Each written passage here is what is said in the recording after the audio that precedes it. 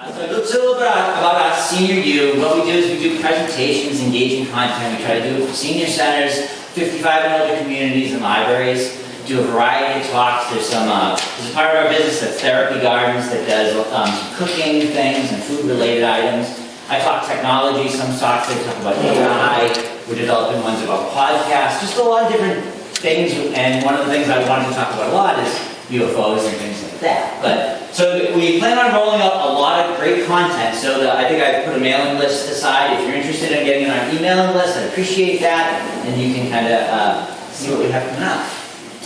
So a little bit about me. My name's Chris Torres. I'm originally from Lunenburg, Massachusetts, a little bit ways away. I currently live in Salisbury with my lovely wife Rosie, who is we drove me all this way, and we got married a couple months ago. We just got married in September. So, and I've been interested in the paranormal and UFOs. I say for 35 years, but I can never remember a time when I wasn't interested in this stuff. It's just fascinating. Whatever you think of it, it's a fun topic. So I like to be open-minded and say, what if? What if this thing were possible? And I run a little podcast with let's take these out of my bag here, with my friend Steve. We do a little irreverent podcast where we talk about this and a lot of other topics. We've been on a brief hiatus while I've been recuperating, but I got these cards up here at the end. If you want to grab one, you can download our podcast and hear some more of what we have to say. All right, and so now let's get to the fun stuff. So our goals for today, first of all, have fun. This is a fun topic. There's a lot of interesting things to delve into. The goal of this talk is to catch you up on everything that's been going on, because if you don't follow this subject, you might think it's been like status quo, the same as it's been for many years. But there's been so much in the last few years. 2017, but even in the last year or two, things are happening, like big things you may have heard about if you follow this topic closely. So that's probably a good place to start. Actually, I'm going to ask that question. Out of the crowd here, raise your hand if you follow this topic regularly and you keep up to date on all UFO happenings. A few of you, okay. That's right. Do you consider yourself, how about raise your hands if you're kind of like in the middle and you're aware of it and aware of some things, but just of that. Okay, casual, kind of casual. How about if you know very little at all and you don't follow it at all? All right, this is a nice mix. Okay, great. So the purpose of this talk is to kind of catch everybody up to kind of present time. So if you follow this topic, some of this stuff may not be a surprise to you, but if you don't follow it, you're going to hear some things here that you're going to say, why haven't I heard that? So, that's the fun. And then we'll do a nice Q&A at the end and we can talk about anything. So just worth saying that this presentation is just a fraction of the story. With this topic, there's so much to talk about. You could talk about Roswell. You could talk about some of the abduction cases. Some people say it started kind of in 1947 with Roswell. Some people say it's been going on a lot longer. You could talk hours and hours about this. So this little presentation is really just a snapshot. So we plan on developing more of these talks. So if you like what you see today, let the organizers know so bring us back for more. So I have a lot more to share. Perceptions on UFOs. It's changed significantly. This is one snapshot poll, kind of, very indicative of what other polls show. But basically says that 96, more than half of people believe that there was a natural scientific explanation for all of it. That none of it, there's nothing weird. You could explain it if you just had enough data. And now, 2022, that's the smallest percentage. Now the number of people who either think it's aliens or think it's, they have no idea, but they're open-minded, is bigger than, significantly. So that's the change. Like perception, everybody's perception on this has changed. You've probably noticed that. You've probably seen news stories with a different tone to UFOs than you've been used to seeing. Now, it's always worth saying that 90 to 95, possibly higher % of what is seen in the sky can be explained. It's just true. It might be an airplane that you're seeing from a weird angle. The number of times I think I've seen something weird, I've never seen a UFO. I've never seen anything. I've had a few cases where I thought I might see one, but it turns out to be a plane, and I was just seeing it from a weird angle in the way that the sunlight was glinting off it. It made it look weird for a second, and then I actually have an app on my phone that I can see what's in the air. And so it turns out, one time I thought I saw a UFO and it turned out to be the International Space Station. Because I saw this bright light truck into the sky and I said, is this a UFO? But I grabbed out an app called Sky Guide and you can hold it up to stars and it'll tell you information. And it said, no, that's the International Space Station. So that's just true. The planet Venus gets mistaken for a UFO a lot because a lot of us don't look up in the sky a lot. A lot of us in society are looking at our phones, we're looking down, and then we look up at the sky and we go, what's that big bright light? It's not a plane because it's not moving. Is that a UFO? No, it might be the planet Venus, which occasionally you see in the night sky and looks unusually bright, just because we're not used to seeing a bright object in the sky like that. So, but there is a small percentage of these things that are spotted that can't be prosaically explained. It's a small percentage, but if it's even one of them, then this is an interesting topic. This is not one of those questions that's like a Las Vegas question, where if the answer is yes, it's interesting, and if the answer is no, everybody's just wasted their time.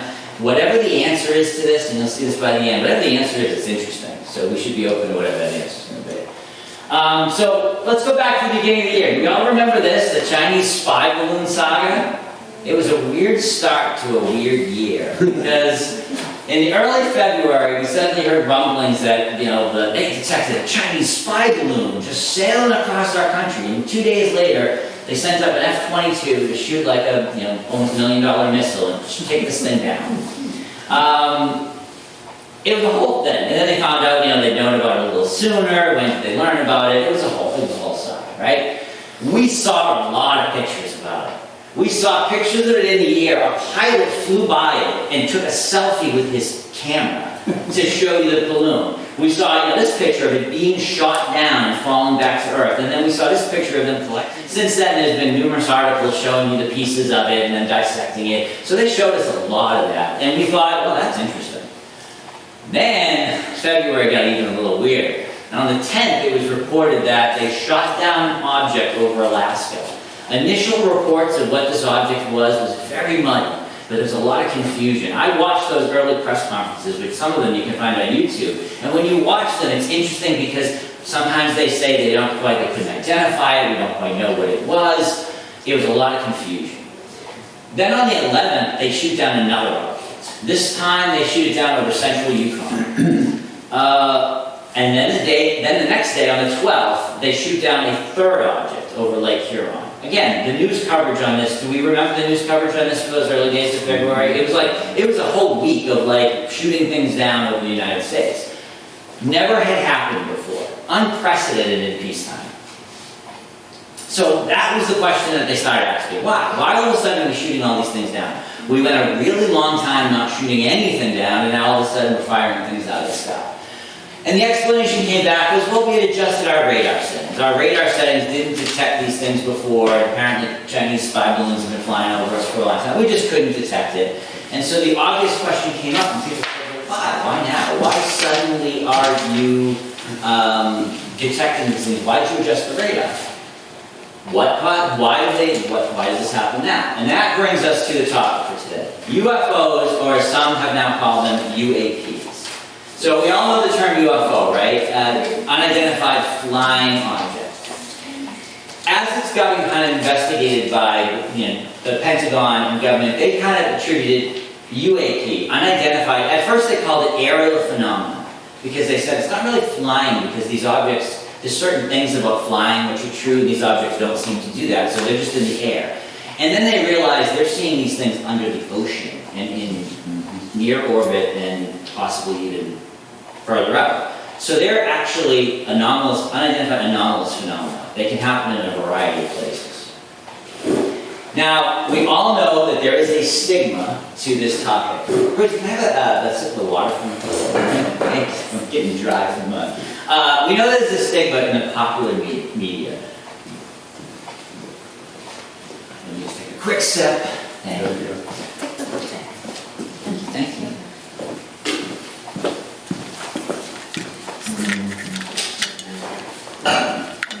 So if we're talking about entertainment, we love our aliens. The X-Files, Independence Day. I always laugh because X-Files was one of those shows, I remember the first season of it, I loved it, and it was one of those shows that they came so close to canceling.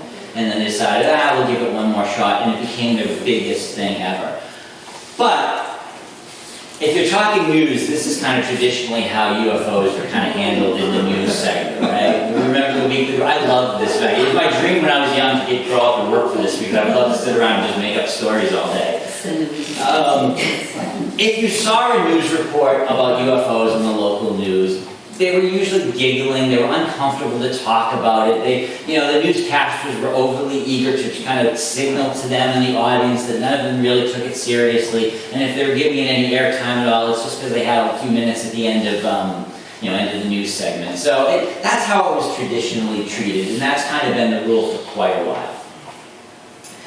Then 2017, that was a huge turning point for this whole topic because the New York Times is considered the paper of record. I mean, not everybody agrees with everything about it, but for good or for ill, that is what they are considered. So when they print a story, that means that certain people are interested in it. And it was a story that they'd never covered before, except maybe on like the very end of the paper as a joke. Well, this story came out in December of 2017 by these three authors, Helene Cooper, Ralph Blumenthal, and Leslie King, about that the Pentagon, despite having said for years, hey, we don't study UFOs, since we closed this Project Blue Book back in the late 60s, well, since we closed that down, we have zero interest in it, we're not doing anything. Well, this news story came out and reported that, no, the Pentagon actually had a secret UFO organization in the Pentagon that had been set up that they had discovered. This article introduced us to the organization. ATIP. We're going to encounter a lot of acronyms. It's not important to remember. The acronyms themselves, there's a lot of alphabet soup because you're dealing with military, Pentagon and stuff. It's not important. It's just the general flow of things, but I just include them to be complete. Advanced Aerospace Threat Identification Program, part of a larger program called OSAP, Advanced Aerospace Weapons Systems. Senator Harry Reid, I don't know if you remember him, but he kind of spearheaded it and got it funded from 2007 to 2012, although it continued to operate with very limited funding. And the article told us about the man who ran this program, Luis Elizondo. He's like a 20-year Army counterintelligence officer, serious military guy. You can find lots of interviews. For a while, he was doing quite the press run. So you can find him on CNN, different interviews with him. He is a fascinating person just to hear him talk. But he's super intelligent, but he wasn't a UFO guy. He was an intelligence guy who was given the task to look into this UFO issue and say, is there anything to it? And what he discovered was there was something to it. And as he tried to send it up the ladder, nobody would listen. His commanders were just the information wasn't getting to where he thought it should be. So he actually resigned from the government. He left his pension behind and said, you know what, I'm leaving the government and I'm going to go tell people that this is going on. And he wrote a letter to General Petraeus, resigning and spelling out why he was resigning. The reason why he resigned became public, and so it turned into a whole thing. The article introduced us to Christopher Mellon, who's a big family. He's one of those intelligence guys. He's worked for Democrats, he's worked for Republicans. He's like a government official. And he, along with Luis Elizondo, helped get a couple of videos, and declassified enough to get them out to the New York Times and say, here you go, let's let people see what's going on. And that's where we got the first taste of this. 3 videos that got leaked from the Pentagon that really show what we're encountering here. So the first incident was, there's 3 videos called the FLIR 1, the Go Fast, and the Gimbal. The names are just on the systems that pick them up.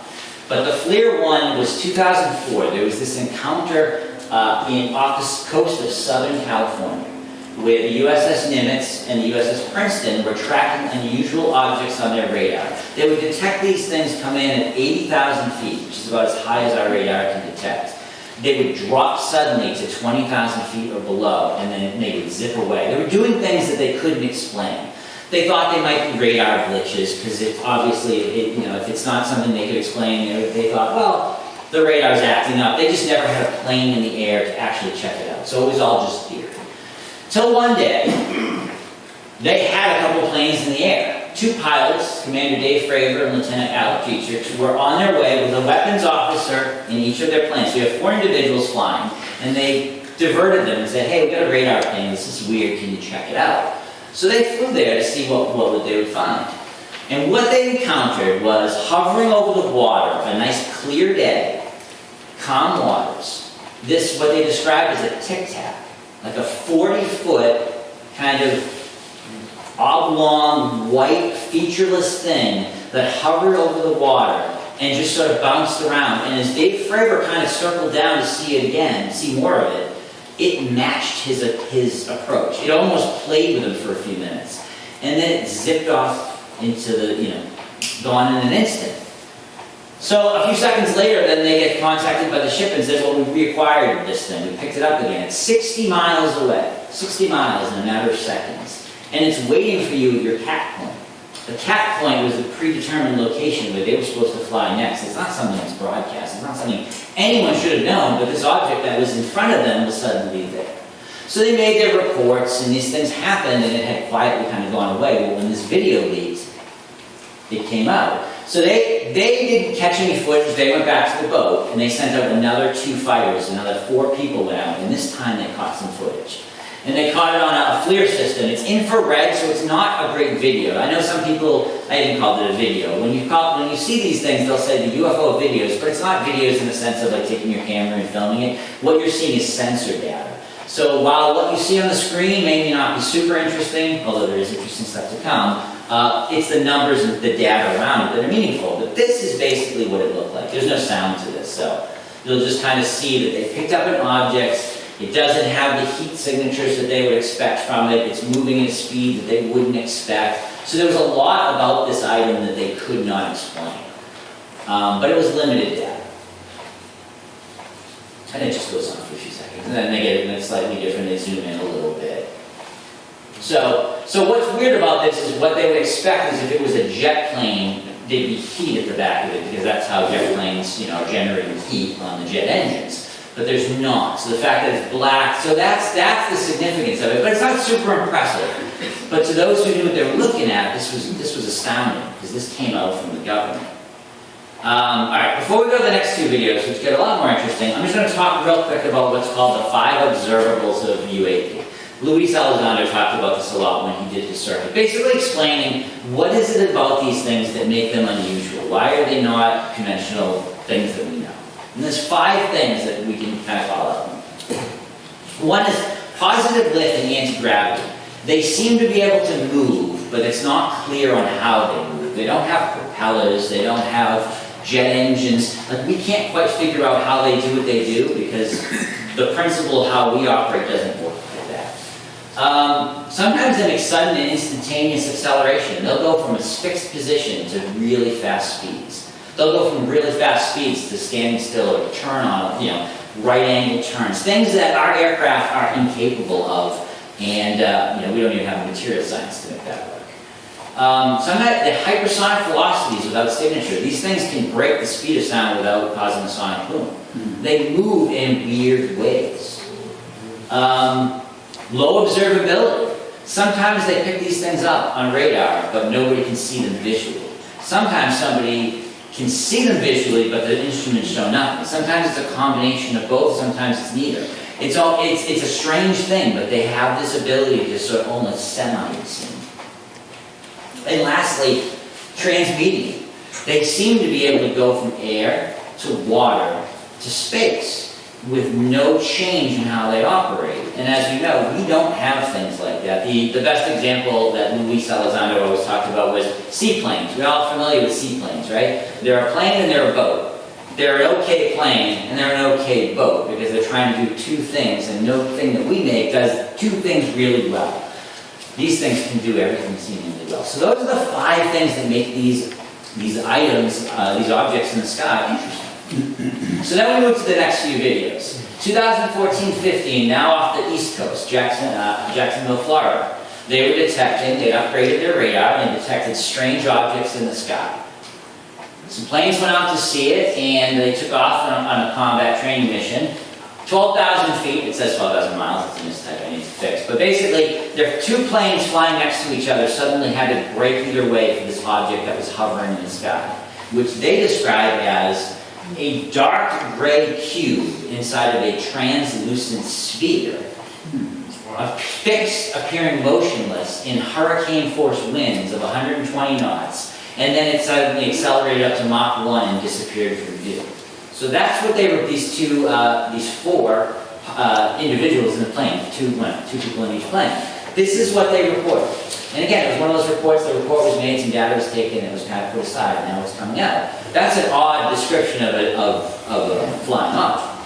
Lieutenant Ryan Graves, he was part of the squadron. He's very visible. We'll come back to him later, but he's basically been out there in the press a lot. He's been really kind of championing this stuff to kind of say that if two airplanes almost hit these objects, that was a danger to those aircraft.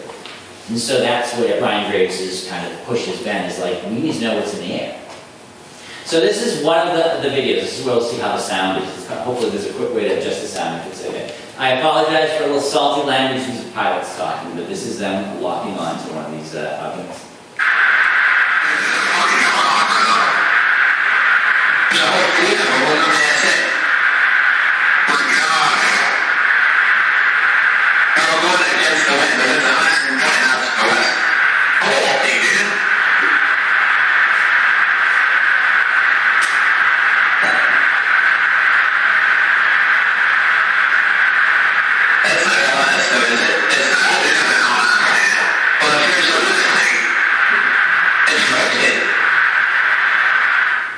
So a couple of interesting things there. First of all, he says there's a whole fleet of them on the ASA, meaning that the one you're seeing is one that they're tracking, but there's a whole fleet of them that they're detecting on another piece of equipment. And then the other thing that's interesting is he says that it's rotating. That's weird too, because if an object of ours, while flying, turns in any way, it loses altitude, because it suddenly loses its lift.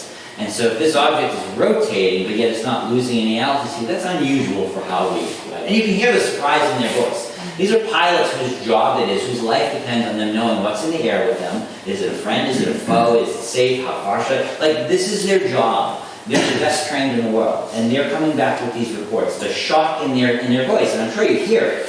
And then we'll go to the last video that came from that same incident where they were tracking a smaller object across the surface of the ocean.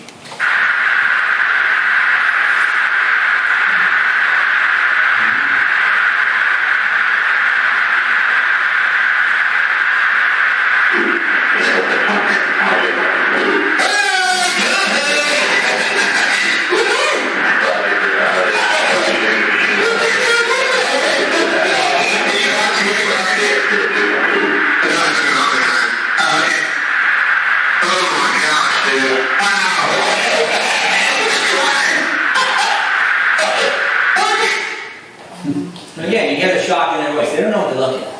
You've seen these videos a lot. If you've seen any news segments, they always play these in the background, but they do it without any context. They don't kind of explain it. They don't tell you why they're interesting. They just kind of play it and say, and a lot of people look at it and go, that's really crappy footage. That's a crappy video. Because, again, you're looking at sensor data, which it has a lot more meaning to it than you're even seeing on the screen. Because there's information that goes along with that. So those who have looked at that have said that's interesting. And you can even tell, even without that knowledge, that there's something going on there. This generated interest, and all of a sudden they were able to get in, so at the end of 2020, into the Intelligence Authorization Act. Every year they kind of pass a big thing where they fund the government for the next year. You'll start hearing about that very soon. But basically they snuck in there and said, hey Pentagon, we're interested in this. To figure out what's going on and give us a report. 120 days, you deliver a report to Congress and tell us what's going on with this stuff, because this is weird. So they set up a UAP task force to start putting together this report. They kind of did it quietly. And then 60 Minutes got into the fray and ran. Now, when 60 Minutes does a story, traditionally they don't handle UAP. So when they did UFOs, it got attention. And basically they had all the key players. They had the Commander Dietrich and Dave Fravor. They had Luis Elizondo. So they had seen something. He had investigated it for a Pentagon. So you had knowledgeable people on there. Ryan Graves said to Bill Whitaker at one point, we would detect these things flying around every day for at least a couple of years. And he was floored by that. He said, every day? They're like, yeah. They would actually have to brief us in the morning how to handle these strange objects that are flying outside of our training area. There were numerous days where they had to cancel training because the objects were moving too close. Right? I mean, those are serious things that if anything else had caused us to cancel training, you probably would have heard about it. But these events are happening and it's just kind of quietly going on. But that report did come out. This was an exciting day in June 2021. I was sitting in front of the computer hitting refresh constantly, waiting for them to drop it. And then I devoured all 9 unclassified pages. It was pretty boring, but it had some key bits in it. It was written very clinically. That's what these reports are. They're fascinating, but they're also written very bureaucratic, very dry. But what it did say it had a lot of good stuff. 144 UAP incidents, military incidents, that they've kind of been tracking since 2004 and 2021. Now, it's worth pointing out here that since this whole thing has begun, everyone's kind of pretending that this started in 2004 with that Tic Tac incident. We could talk a lot about pre-2004 incidents, but today we're only going to go there and beyond to kind of catch you up. But it's just funny that we're approaching this as if it just started, but there's a lot more to it. But they're pretending in 2004. 80 of them, they had multiple sensors, which means they're not just one sensor system, it's multiple, so it can corroborate that there's something there. 18, they were unusual flight characteristics, so that means things are flying not the way they would expect it. And some of these things appear to demonstrate advanced technology. It was 9 pages unclassified. There was a classified version that someone did a Freedom of Information Act. It was a few more pages and they had a lot of blacked out things, but that was the general gist of it. Some things they said, some object appeared stationary in winds, moved against the wind. Out of the 144, they could identify one, it was a deflating balloon. The other 143, they didn't have enough information. So, that was big, just the fact that we'd never seen an official government report, at least not in a long time, on this topic. So that did stir some heads. The media reported on it. They can't rule out aliens, but, they're not going to confirm it. But that did move to hearings.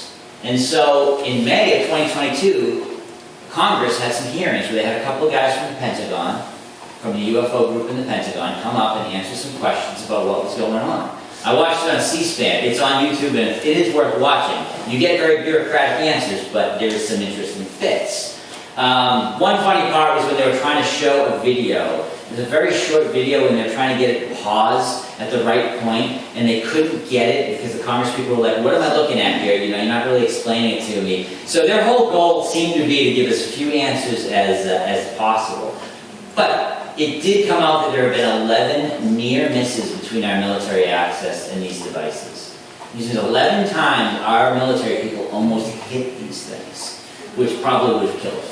So, or at least horribly injured them. So that was a piece of information that came out from that hearing that kind of caught some attention for us. On all these hearings, we have the two sides, Republicans and Democrats. They're not sniping at each other. They're actually working together to try to get the answers from the Pentagon. It's not something you usually see, but I bet you anything you look out there, when you see governmental action on UFOs, you'll see Tim Burchett with, I'm trying to think of Moskowitz from different sides of the aisle, yet they stand together and say, no, we want answers. So that's what's nice and refreshing about this topic. So something worth mentioning. Mike Gallagher was kind of drilling the Pentagon, guys. Well, in 1967, government documents show that in Malmstrom Air Force Base, that a glowing red object was detected over the base, and 10 of our nuclear missiles went dead. Could not have been fired. It took them a month to get them back online. Numerous people from that event, Captain Robert Salas, who has come on to say, but others too, who were present that day, said that had happened. Government documents, so when he questioned them about it, and they said, we don't know anything about it, it was government documents that told us that this happened. So why didn't the two guys from the Pentagon, who are supposed to be looking at this topic, why didn't they know about this event that we learned about, again, from government documents? Then he goes on to ask another question about something interesting. Example of something, it looks like a boring administrative exchange between Pentagon and a government official. Like on its face, you look at it and go, why is that interesting at all? They're talking about a meeting, and why is it relevant? Well, the Wilson-Davis memo came from the papers of the late Dr. Edgar Mitchell, Apollo 14 astronaut and sixth man to walk on the moon. When he passed away in 2016, among his papers was found this notation. The notes of a meeting between two individuals, a Dr. Eric Davis on the right and a Admiral Thomas Ray Wilson, who at the time was the Director of Defense Intelligence Agency, meaning that was the man that knew all of our intelligence secrets. If it was happening in the intelligence world, this man was in charge of it. So they were having a meeting where Admiral Wilson was pretty upset that he had found a program that he asked access for, and he was denied. And when he pushed further, they threatened his position and said, if you would like to remain in your position, you will walk away and not do this. So he was mad, and he was telling Dr. Eric Davis. And he also said, if this ever comes out, I am going to deny this conversation ever happened. So when this came out, they asked Admiral Wilson, and he said, I deny that conversation ever happened. But they also, whenever they asked Eric Davis, he just says no comment. So he will not deny that the conversation took place and that the notes are real. But those who know and have seen have basically said those are his notes. And how they ended up in the papers of Dr. Eric Mitchell, we'll never know. But the fact that now they've been entered into the congressional record, that's significant because now they can actually ask more questions about it. And if it is true, and the Pentagon guys said they didn't know anything about it, that was what a lot of that early briefing was. And again, they called it a hearing, but really it was a briefing. They were finding out from the Pentagon guys, hey, what's going on. But the thing is, they were laying a lot of groundwork for things to come, and that really paid off. The name of this UFO office has changed numerous times. This is one of those cases where I'll say the acronym doesn't matter. They called it the UAP Task Force for a while, and then the Pentagon got to make up their own name, and they came up with a very mellifluous name, the Airborne Object Identification and Management Synchronization Group, which just rolls off the tongue. But eventually it became the All-Domain Anomaly Resolution Office, ARROW. It's a very nice acronym, right? That makes sense, an ARROW. And that's the organization that exists in the Pentagon today. And their job is to find out what's going on with these UFOs. A second report was released. It was supposed to come out in October 31st, 2022, but actually didn't come out until this year, earlier this year in January. It just basically showed that work was continuing. Now they had examined 366 reports of UAP. 247 of them were new, and 119 should have been included on the first report, but they didn't know about them, so they found about them after the fact. So now they have 510 reports. As of the latest thing, I believe this number is up to like the thousands now. They have thousands. These are all military reports, by the way. They're not taking any civilian reports, so all these reports come from military people identifying something odd. 163 they attribute to balloons or balloon-like entities. I don't know what a balloon-like entity is. Maybe that's what they shot down over Alaska. Some were clutter, drones. But of the 171 reports that were still identified, some of them demonstrated those unusual flight characteristics and performance capabilities. So there's something there. And then the press basically, you heard about it a little bit, basically saying, well, there's no, again, it's interesting, but there's no real proof. Chris Mellon had the greatest takeaway on this, where he said, the government again demonstrated its unique and uncanny ability to transform an inherently fascinating topic into vexing bureaucratic jargon. And if the intent was to make the report as unremarkable and anodyne as possible, boring as possible, the authors did exceptionally well. It was written in that dry bureaucratic language. And that's what, if you ever look into this topic, look at that, because it's made to sound, whereas if you really read it and take it, it's very interesting. They just try to make it sound as boring as possible. Again, the Senate then gets into the game. Across aisles, Gillibrand and Rubio, normally they don't agree on stuff, but they got together with 16 other senators and said to the Pentagon, hey, you need to fund this organization more. We need more answers. There's questions that we have. They had another briefing they called, where they had Dr. Kirkpatrick. He runs ARROW. He runs the All-Domain Anomaly Resolution Office. They had him in for a briefing to kind of update the public. And so he showed some reporting trends, what altitudes get the most reports, where in the world the most reports go. My little pointer works there. Yeah. That's where the majority of the sensors are, what the shapes are sometimes. So there's a lot of basic information. Then he showed a video of an object that they detected. What that is some sort of small orb. They detected them all over the world, and they'll detect them and moving fast. They don't know how they fly because there's no propellers. There's no way that a small orb like that would move, but that's what they detected. And that they're following along, and that's a drone trying to follow this thing, and they lost sight of it. So NASA had a meeting. NASA's getting into the UFO topic. And basically they had a meeting where they were going to discuss how NASA was going to approach UFOs. I think that the media really reported it as if NASA was going to come down and say, this is what we think they are. But really the meeting was all about NASA discussing how NASA would approach it. And they were going to put together a report. But Kirkpatrick was there and basically said at that NASA briefing, which again you can watch it on YouTube, where he basically says they've detected those orbs all over the world and they have no explanation as to what they are.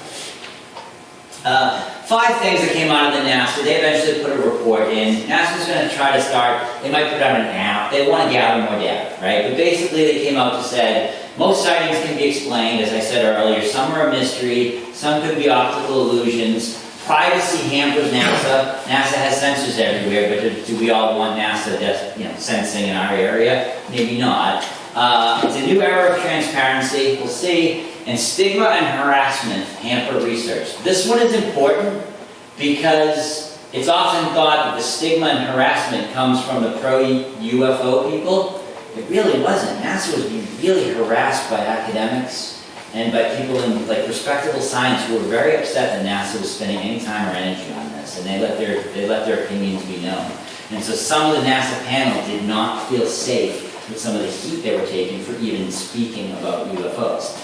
So I asked you about just what you've seen so far. Do you think it's worthy of at least looking into a little bit more? It's question. That's a good question. Is why people don't want NASA to look into it. So let's go back to those objects from earlier this year, right? So it went from, U.S. jets shoot down 4 objects over U.S. soil in 8 days, unprecedented in peacetime. Never happened. And then a couple days later it becomes, all right, the 3 objects still unrecovered. And eventually the U.S. military ends their search for them, and eventually they abandon the search. So you saw, the balloon, but the other 3 objects a mystery. So then we say, well, can we at least see video? I mean, you showed us every angle of that Chinese weather balloon, right? You shot these objects down, so obviously you must have footage of the missiles. The $1 million missiles, in some cases you fired multiple to take this thing down. Can we see some pictures? And the Pentagon goes, no. Unfortunately, all pictures of those 3 events are completely classified. Nobody can see them. Congress people haven't seen them. People who represent the areas where those shoot-downs happened have asked for the footage and been told, no, unfortunately, we can't show you that. My question to you is, if the Chinese spy balloon, which we're meant to believe is very important, if we got to see that, why haven't we gotten to see the others? And Christopher Mellon will often point out that there are other videos like those 3 videos I showed you. Those 3 videos I showed you are interesting, but they're not mind-blowing.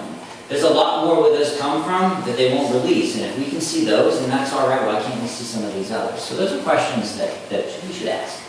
Then we come to recent events, because this is where it gets interesting. There's a man named David Grush, who was a intelligence officer who's had a job in the UFO task force, who left and came out and said, I found programs. I found things hidden from our Congress. No oversight. I found some really important stuff. And when I tried to bring it to the attention of my superiors, they punished me.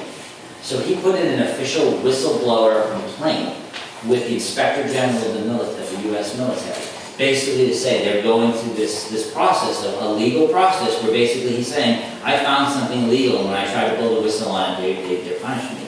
He came out and did an interview. Decorated former combat officer, worked for the NGA, which is the National Geospatial Intelligence Agency, and the NRO, and he was basically the lead for the UAP task force. Right? Anyone can make a claim on TV, right? There's no, people get upset if you're lying, but if it's just on TV, you lie on TV all the time. Some press came out about it. It did turn heads. I mean, this man has a very, very good credentials and has come out and said some really shocking things. But he also didn't provide any concrete proof. He didn't have any pictures to show the public or anything like that. All he has is his investigation. So 2 points there. One is, some of these claims are nothing we've ever dealt with. When a sitting senator who's been a senator for quite a while tells you that it's nothing they've ever dealt with, that's worth noting. And he also says some of them, some of these people feared for their safety. So this accusations, whatever it is, it's serious. He has said in his interview that crimes have been committed to keep this secret. Things that we would be very upset to learn that have been done in the name of this. So, but again, saying these things on TV, he can say anything on TV. So Congress decided to have a hearing, and unlike the last 2 things that we called hearings, this actually was a legit hearing. July 26th, it was 2 days before my birthday. My birthday came early because this was the most exciting thing on my docket that week. They had the pilot, Dave Fravor, who saw the Tic Tac in 2004. They had Ryan Graves. who was involved in the 2015-16 in the events there that you had the other two. They had also David Rush, who just testified in being involved in this, under oath, sworn in, testifying in front of Congress. Basically, if they are lying, they can go to prison for this. Congressman Burchett and a few others, they had a fight, tooth and nail, to get this hearing. The hearing, they kept trying to cancel it on, they kept trying to move it around. The day before, they had a press conference. The Pentagon was trying to shove them in this room that was under construction, so they had to make a noise about it. The morning of the hearing, hundreds of people descended on the Capitol. The people there had never seen so many people show up for a government hearing. People started lining up for it the day before.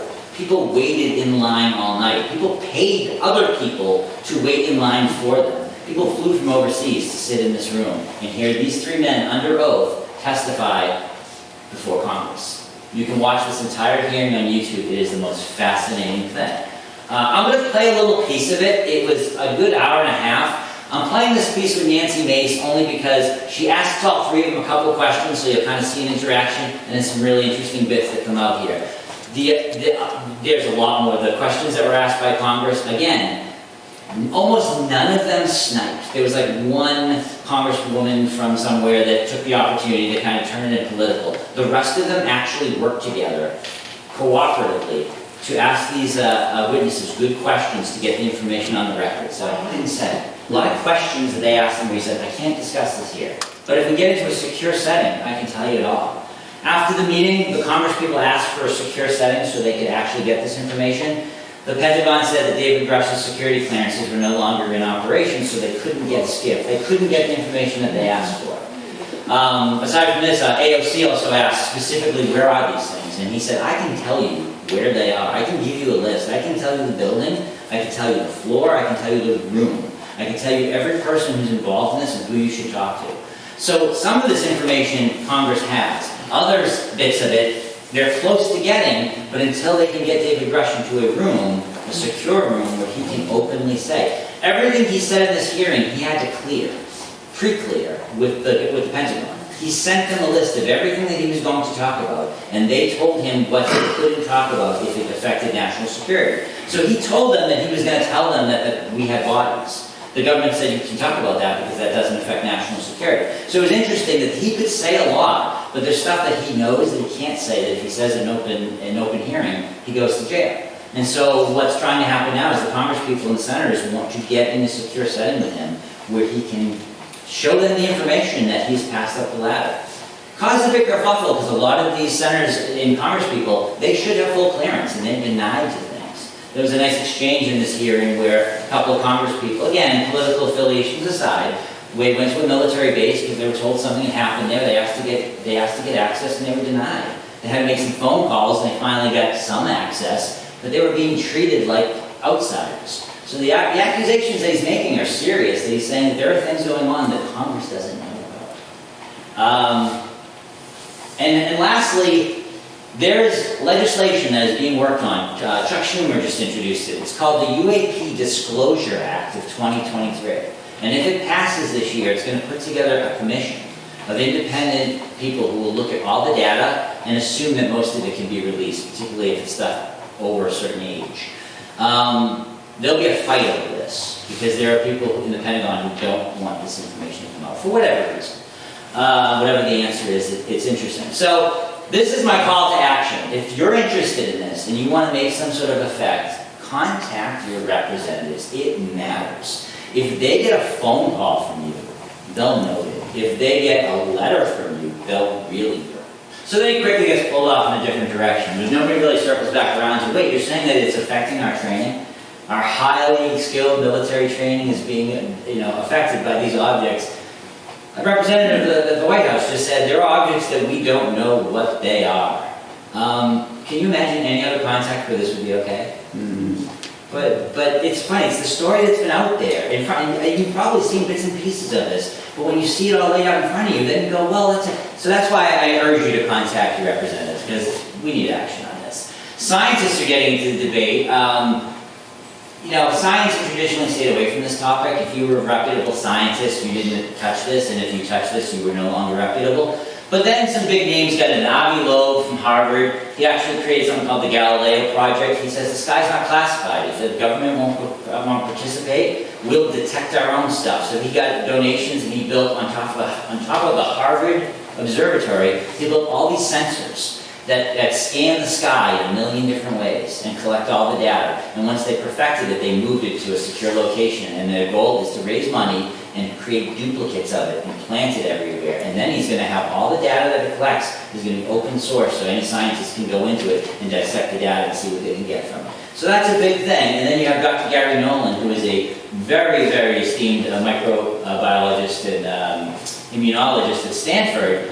He has done a lot of talk on this, and he actually created an organization called the Soul Foundation. It has a lot of big heavy hitters in it, and its goal is to help governments write policy papers that will help them adapt their citizenship to an idea that things are about to change. If you want to learn more, I'm going to recommend some documentaries. Anything by James Fox, he's done a bunch. One of his most recent ones is called The Phenomena, and also A Moment of Contact, which is a fascinating story. What I like about his is it's all backed up. He doesn't just give you wild claims, which you'll find in a lot of UFO documentaries. It's just crazy claims, wild stories, very little hard evidence. James Fox is always backed up with, if you have people commenting on something that happened 30 years ago, you see the footage from them 30 years ago recounting the story. Then you see new footage of them confirming. You see a lot, so you can trust his stuff to be very balanced and not overly hyped. And Leslie Kane, she had a lot to do with that. She was involved in that New York Times article. Anything from her, she has a documentary that's on Hulu and National Geographic. I recommend these, and I think those are on the list that I gave out. So I'm going to wrap this up with Lou Elizondo appeared on CNN during a sort of press tour in 2021. And this was how one of the interviews ended, and we'll leave it at that.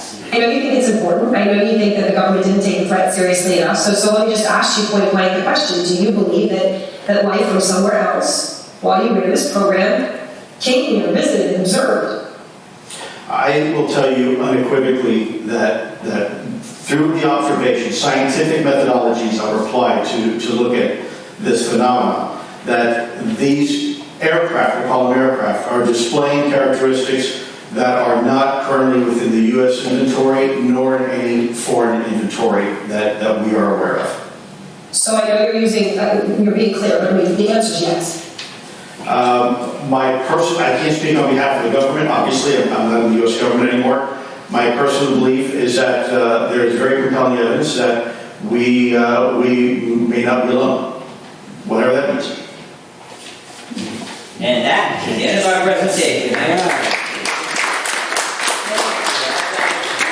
now I'm happy to take some questions if anyone has any.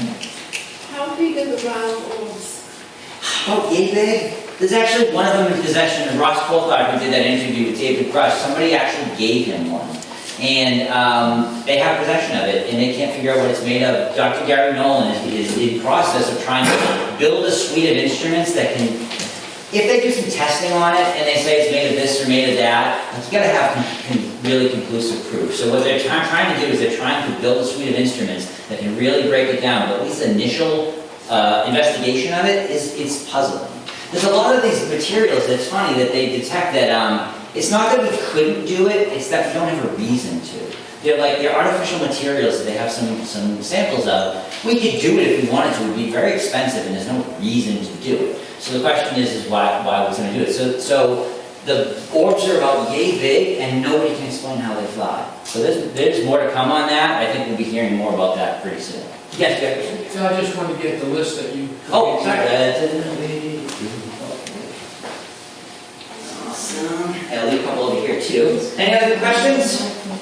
Anything? Oh, sorry. So I'm looking in the wrong place. Pass it down. Yeah, we will. That's better. You can pass it along. Hard. I'm learning to work with one hand, and it's even harder than having to read. Yes, sir.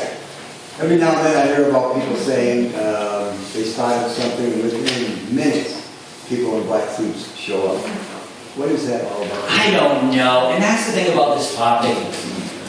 This topic can get weird. And everybody has a different measure of how weird they're willing to go or they're not willing to go. You have people involved in this topic who really want to think of it as nuts and bolts crap. Flying from planet A across space and coming to here.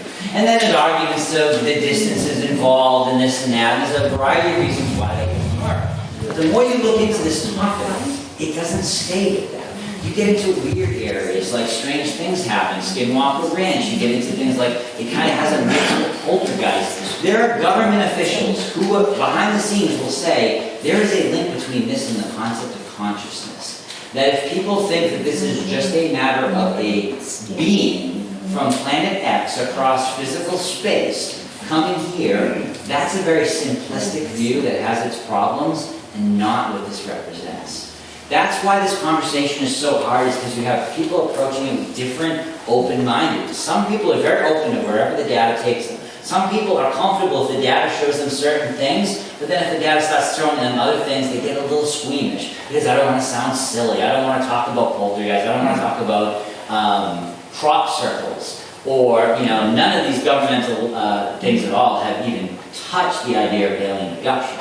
Alien abductions have been claimed for years. A lot of people dismiss them completely, based on the idea that this stuff doesn't happen. But if this stuff does happen, then the possibility of these stories, at least some of them, being true, goes up. And if even one of them is true, what does that mean?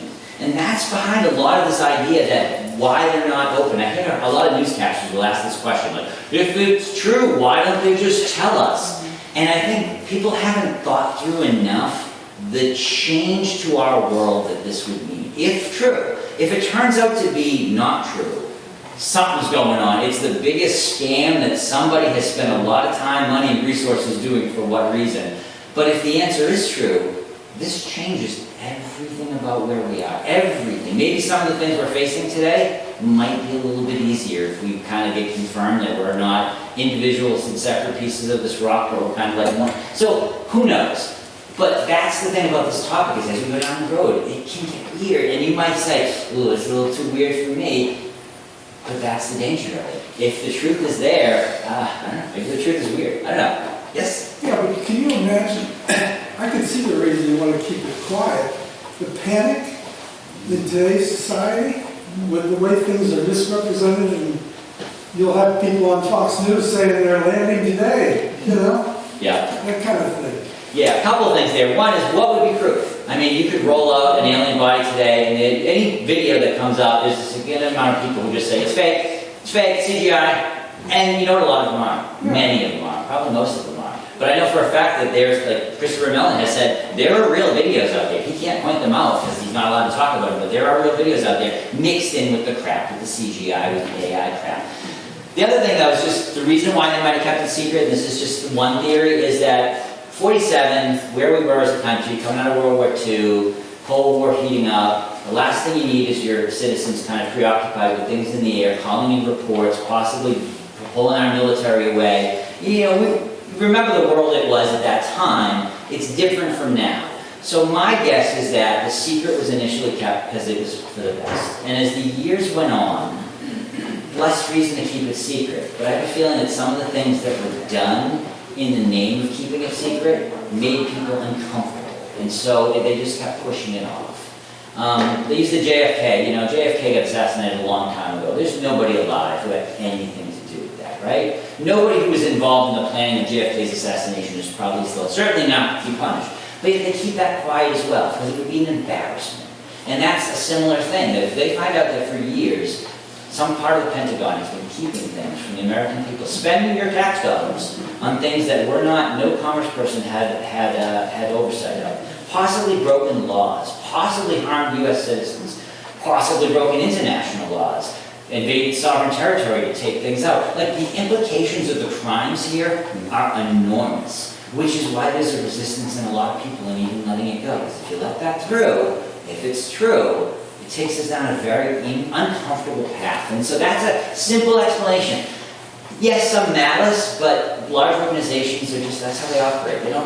You've all been involved in large organizations. They don't change unless they're forced to. And there's a lot of the Pentagon that doesn't want it to change because if it ain't broke, don't fix it. There's a lot of Congress people who do think it's broken and trying to get and there's a lot of public who want to know the answers. So again, use your voices. If all of your Congress people are senators, it will tell them oh man, I better get caught up. If I'm not caught up to speed on that, a lot of these briefings, horribly attended. Horribly attended. There was one briefing, and literally there were a handful of elected representatives in the room, and most of them didn't even bother to show. So that's the sort of thing. If you tell them, I'm interested, I want to know more, they'll see that their well-being depends on it. So, yes, any other questions? All right, then that's a great place to wrap it up. Thank you so much. I appreciate it.